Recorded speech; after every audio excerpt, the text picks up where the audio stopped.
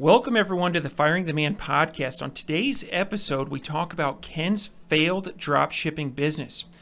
Today, we're going to dive into what dropshipping is, how Ken's business failed, and key lessons that he took away from the entire process. Welcome to the show, Ken. What's going on? David, how are you, man? It's great to be here in the studio. When we started talking about this episode, I want to commend you on being vulnerable, right? In showing, obviously we talk about what goes right, but talking about what went wrong, because there are some really valuable lessons here, and I am just really excited to dig into that. Yeah, absolutely. Me too.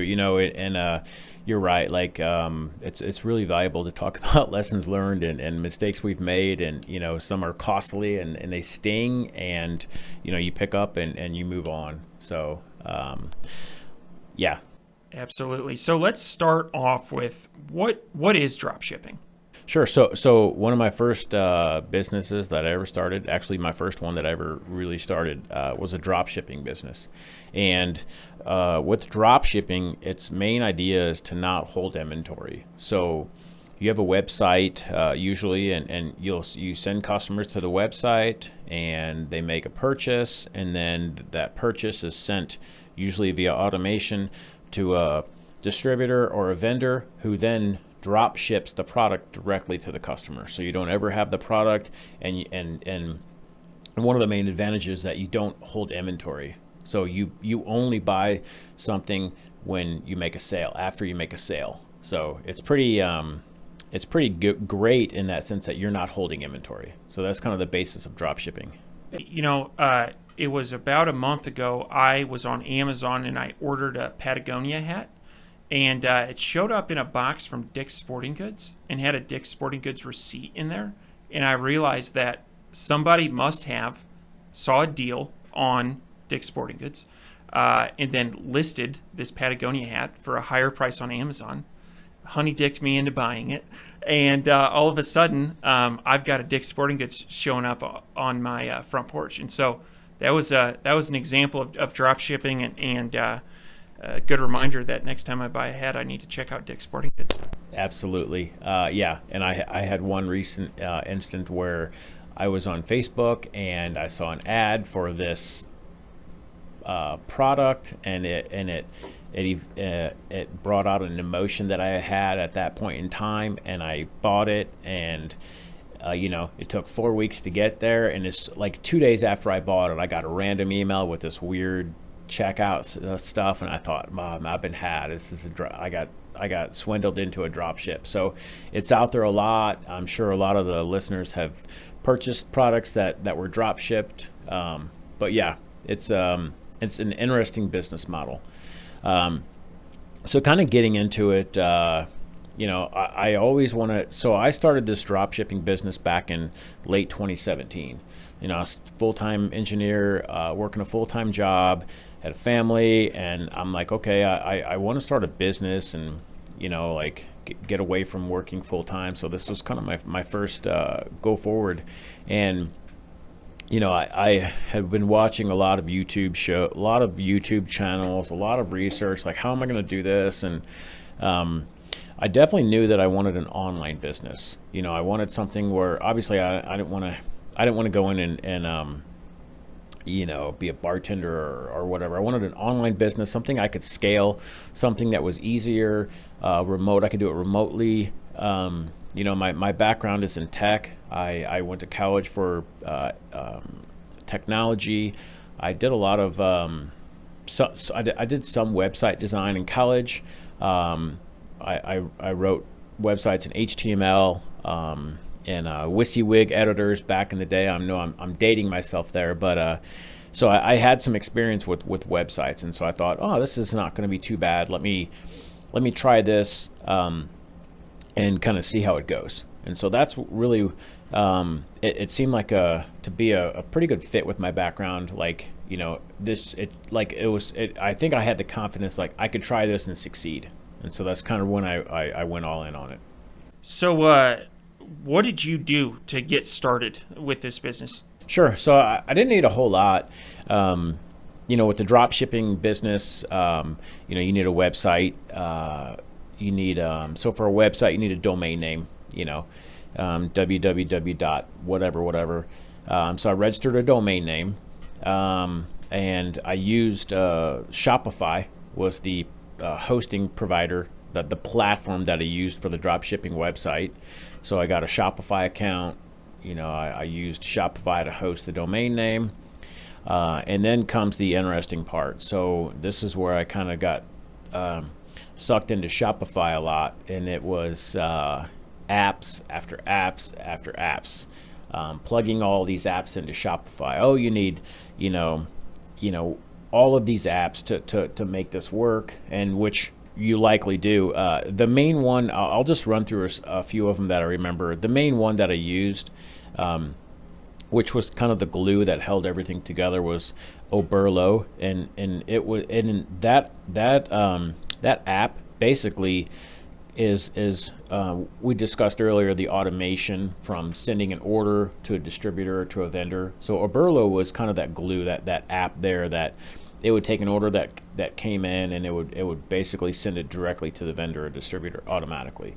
And also you could use Oberlo to, that's how you would pick the products that you wanted to, and it would port the products in from like an Alibaba or another platform. And you could kind of scroll through and look and see, and then kind of select them, map them, or port them over to your Shopify, and then it would kind of function as that entire, basically the infrastructure for the dropshipping site was Oberlo. Then it kind of got down to like conversion optimization, because you're paying to get people to the site, and so you want to convert them. So there was, security badges, McAfee, these little like, encryption images, all these things that were apps. There were reviews. You could port in reviews, upsells, cross sells, free plus shipping. There was even an app that I had. It was Sally from Rhode Island purchased XXX yesterday, that pops up in the window. You've probably seen those. So anyway, the Shopify apps, which I believe were over $250 a month in subscription fees just for those apps. That was one of the main expenses for running that. And then lastly, to kind of round all that out, a Facebook ads account. And then that kind of that whole ecosystem. So get the Shopify store set up, get it mapped with all the products, and then get you a Facebook ads account, and then start running traffic to your Shopify site. And so all of those is kind of the equipment, the services that I used. Before we move on, I want to circle back to the apps, the Shopify apps, and regardless of what platform you have your website on, you run into this. I know I have, where there seems to be a solution for every problem out there for $9.99 a month, and it tends to be a kind of a cash flow suck on your business. And I have signed up for these apps. I've canceled these apps. Ken, your sweet spot is building websites. So what would you say to somebody like first getting into either private label or drop shipping? Keeping in mind that cash may be tight, what would be kind of the bare bones Shopify store or WordPress site in terms of like additional apps? Yeah, no, that's a great question. And, I continuously run through every month the expense report. Do I need this? Do I not? Because I have shiny object syndrome. A lot of people do. They want all these fancy tools, however good the marketing is for that SaaS service or that plugin. But, especially if expenses are tight, budget's tight, the top ones that I recommend are just go to the basics. You need a functioning site. You want it to be secure. So you want to have some kind of a security app on there. You want backups. So if something happens, you can kind of revert back. And really that's about it. I mean, there's a lot of free plugins out there, and I would say if expenses are tight, try a free app or plugin, whatever you're on, Shopify, WordPress. Just try the free ones and try to go with the minimalist approach. And then as you scale, you can add more plugins or apps and test them and see, do they add value or not, or you're just plugging in a shiny object. And so I would just say start with a minimalist approach, but definitely using security and backups, those kind of standard features. You'll be in good shape. Awesome. All right, so you got your domain registered. You got a Shopify store set up. You've got $250 worth of apps linked up to your Shopify store. You've got your Facebook ads account. What's next? Yeah, absolutely. So I've got everything going. I'm hard charging. I'm working late at night. My family goes to sleep, and I'm sitting in there. And so I mainly used YouTube research to kind of get all this stuff connected. I learned from a bunch of different YouTubers out there that were posting, hey, there's drop shipping. So I probably did 10, 20 hours of YouTube research to figure out how to actually get everything connected and set up properly. And once I did that research, it probably took me 2 to 4 hours to actually get the Shopify site set up, integrated, get all the apps in there, and get it ready for customers.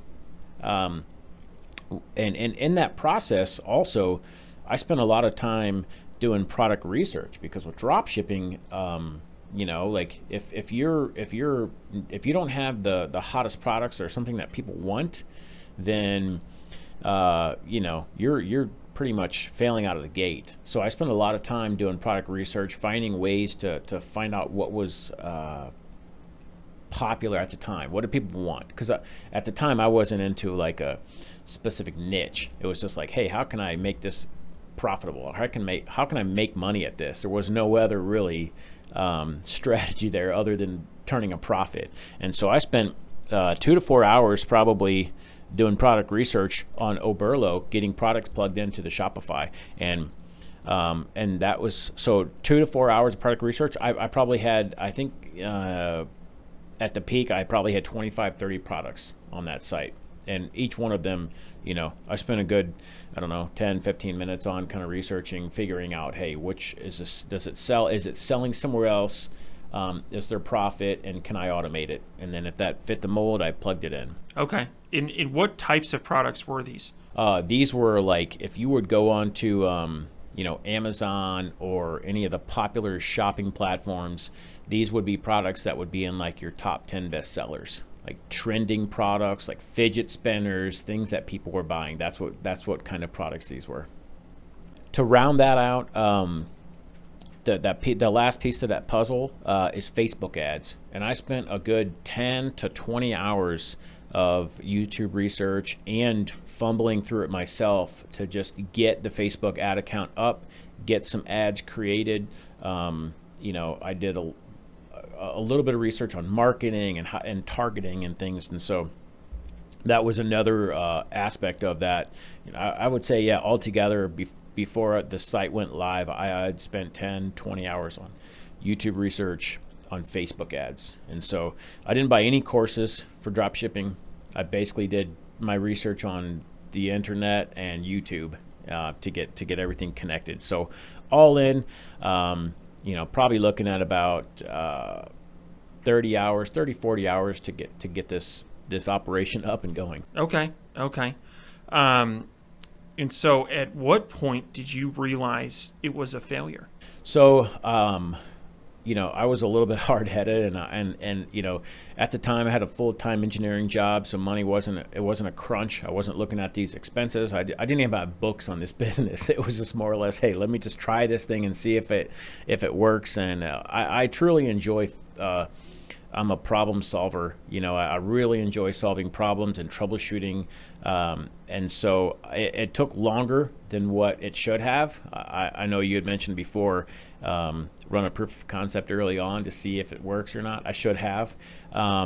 It took me about 60 days before I really kind of like pumped the brakes a little bit. I was spending about $25 a day. And it was, and I think out of all of those 60 days of that drop shipping business that was live, I think I had 3 sales. And I think one of them was my nephew. And the reason why it was my nephew, this is kind of a funny a sidebar here. I was going full out on this business. And so at the time, my nephew, shout out to Tommy, he was traveling on a I guess a semi-pro poker tournament schedule. So he would go to different cities playing poker. And so I thought, well, these were like regionally televised events. And he was placing, top 10, top 20. And I'm like, hey, let me, I'll sponsor you. You can, wear my merch and, get on this good marketing, right? So he's like, yeah. And so he, we got some caps, some hoodies, some shirts, spared no expenses, got them all dialed up. And so I think maybe one of those sales came from that and one from my nephew.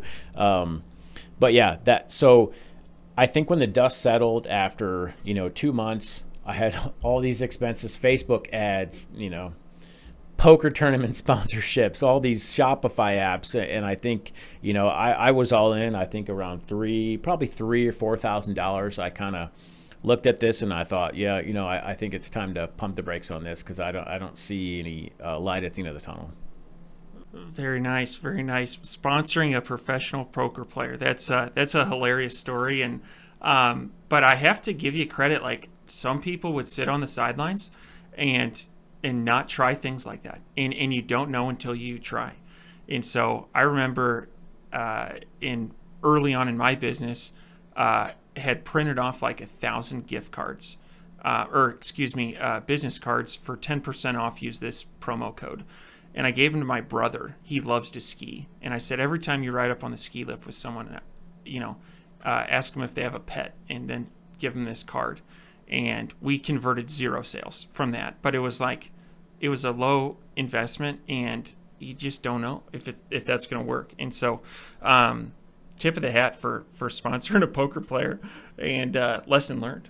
Yeah, absolutely. I think there's always, if you don't try something, you never know. So for sure. So what were some key lessons that you learned? Don't listen to YouTube gurus. I did a lot of this research on YouTube on drop shipping and I saw these success stories, oh, hey, I'm making, $5,000 a month drop shipping. I'm making 10, 20, 50 grand a month drop shipping. And, it's super easy. You just do this, this, and this, and that's all you do. And then, at the time, super naive, I'm going to jump off full bore and do this. So, looking back on that was almost 4 years ago now. Looking back on that, what I would have done differently is probably, buy a course or hire an expert or, maybe hire a consultant that's an expert or a mentor in that field. And then even for an hour of their time, just kind of bounce a bunch of stuff off of them and say, is this viable? Does this work? How do you do it? That's one of the main ones. Another thing that I found out is, looking back on that, I was $3,000, $4,000 deep in ad spend and all kinds of other stuff. And I really just kind of walked away from it. I was kind of frustrated at the time and I actually had found another business model that I kind of wanted to go into. But looking back on it, what I could have done was optimize, because what I was doing wasn't working. And so I just kind of oh, this isn't working.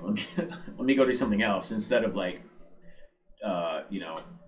troubleshoot wasn't working, fix it and try it again, right? So that is a lesson learned that I use in my businesses now is if something's not working, it doesn't mean that it doesn't work. It just means that whatever you're doing is not working. So fix it and try it again and then rinse and repeat that process until it works because you can likely figure it out.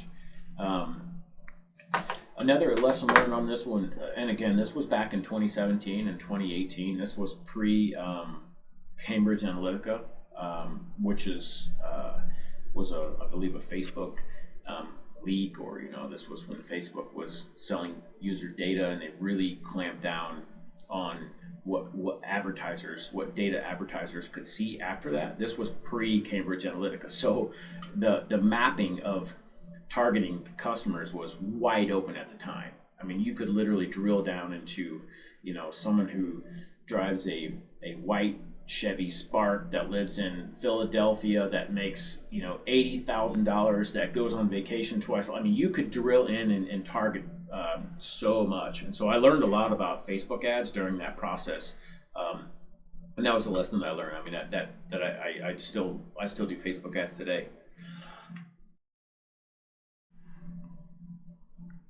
So the next lesson learned, and this is probably this is one of the biggest ones, is do something.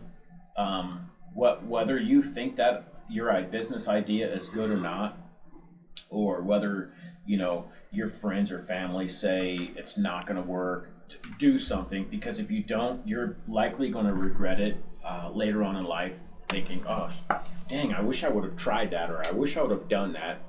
So it was a lesson learned, because it was very powerful, and it kind of led me on to doing other things. And so do something, take action. The last lesson learned was, and this was huge for me, it was, even though I only made 3 sales, I was like, oh wow, like I could do something else that would generate money. And now, granted, it was 3 sales, it was a few bucks, but it was like a spark that ignited somewhere in me, like oh wow, there's really other options out there. I don't have any entrepreneurs in my close family or friends, and so this was a foreign concept to me. And then so a couple of sales that went into the bank account, and I'm like, oh wow, like this is reality. And so it was just a small little spark, but it was a lesson learned that carried on to today. Absolutely. And it probably, once you were going through this, it probably made you realize, like, oh, I do have time. Like, once the family goes to bed, I do have 2 hours that I could, use for something productive. And I think there's value in just starting something. Outside of like the financial success of that, I think there's, you just kind of prove to yourself, like, oh, I do have the time, I do have the energy and mental fortitude to follow through on something. And I think you learn something about yourself just by taking that first step. Yeah, absolutely, for sure.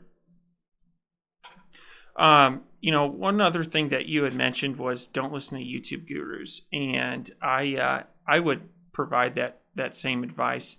And one thing that you had mentioned, like, alternatives to that. And I think one thing that people do, myself included, I watch a lot of YouTube, is undervalue their time. So for instance, just to use easy numbers, say I value my time at $10 an hour. I will watch 25 hours of YouTube on a given topic. But I would probably hesitate to talk to a consultant for 2 hours that costs $125 each, for each hour. And I would probably, learn a lot more from that call with an experienced consultant. But it's free, and I'm putting free in air quotes here, on YouTube. And so that's the first spot to go. And so, anyway, it was interesting hearing you say that. And, I actually had a problem this week that I was trying to solve. Of course, went right to YouTube. So it's a good reminder to everybody, that sometimes the free resource isn't always the best resource. Yeah, absolutely. And if you translate it into, how much is your time worth? Is it going to take, 4 hours of YouTube research to find that answer? And is that answer right? Versus, kicking out a couple $100 for a consultant or an expert. So, yeah. Great. Definitely. So knowing what you know now, do you think that you could make this business successful? I would say probably. And the reason for that, I would switch things up from the lessons learned. With the dropshipping business, traffic, you need to get traffic. And so I would likely spin up multiple traffic sources. At the time, I only did paid traffic. Whereas now, I have more experience. I would have a source of organic traffic. And I would also either hire an expert, or I would hire a consultant that's really good at either Facebook ads, Google ads, one of the ad platforms, to get paid traffic that was highly targeted and that converted really well. So those are some of the, those are what I would do differently, and I do think that I could make it succeed. On the other side of the coin, I would like to point out, since that business, I've also learned that, you know, there's another method to getting a business, and it's entrepreneur. You can acquire a business, and so I don't know that I would start another dropshipping business. I would rather purchase one. And for as an example, I saw one on one of the brokerages had one for sale a few months ago, and it was a low seven-figure dropshipping business. It was high-end furniture, and this was I'm kind of against the dropshipping model in terms of an investment, but this business had been in they had been in business for almost 10 years, and so this was a legitimate. It had a lot of length to it. It was seasoned, and so I don't know that I would start a dropshipping business from the start, but I might look into buying one. Can we dig into why you don't think you'd buy one, or probably start there? Yeah, so starting something versus acquiring something that's already spinning out cash, it's two whole problems there. Like, so how much of my time is it going to take to get a drop shipping business working? You have to get the tech side of it up and going. You have to find products. You have to get, like I talked about, you have to find someone that's good at ads, that converts, versus you can jump into a business that's already producing cash.